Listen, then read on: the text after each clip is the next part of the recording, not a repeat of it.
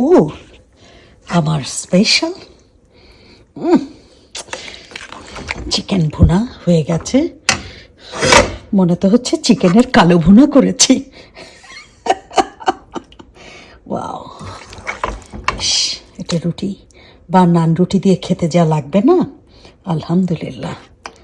আসলে স্কুল থেকে এসে তাড়াতাড়ি করে রান্নাটা করেছি, আর পুরোটা শ্যুট করার মতো আসলে ধৈর্যটা ছিল না। আমি সরি, কিন্তু দেখেন না দেখতে কি হয়েছে। আলহামদুলিল্লাহ, দেখেন কি কালার, কি গ্রেভি, মাশাআল্লাহ মাশাআল্লাহ। আচ্ছা, সবাই বলে খালি গরুর মাংস কালো ভুনা লাল ভুনা, কেন মুরগির মাংসের কেন লাল ভুনা কালো ভুনা হবে না? আর চিকেনটা কি লাল ভুনা বা কালো ভুনার চেয়ে কি কোনো অংশে কম হয়েছে বলেন তো আপনারা? অসম্ভব সুন্দর হয়েছে। আমি তো নিজেই মুগ্ধ হয়ে যাচ্ছি।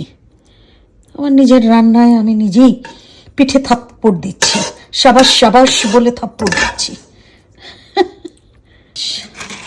হাতটা না, নিজের হাতটাই নিজে বারে বারে না খালি কাঁধে চলে যাচ্ছে, মনে হচ্ছে নিজের কাঁধেই নিজে থাপ্পড় দিয়ে বলি, সাবাস সাবাস, তুমি অনেক ভালো রান্না করেছো।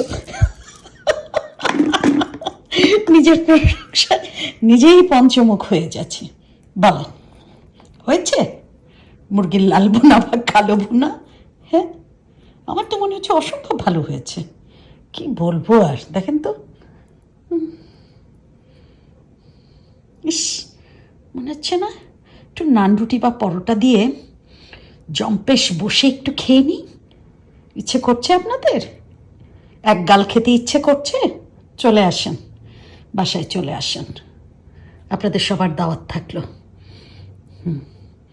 আসেন, সবাই ভাগাভাগি করে মুরগির তরকারিটা দিয়ে মজা করে চলেন। ভাত হোক, নান রুটি হোক, পরোটা হোক, চলেন খেয়ে নিই।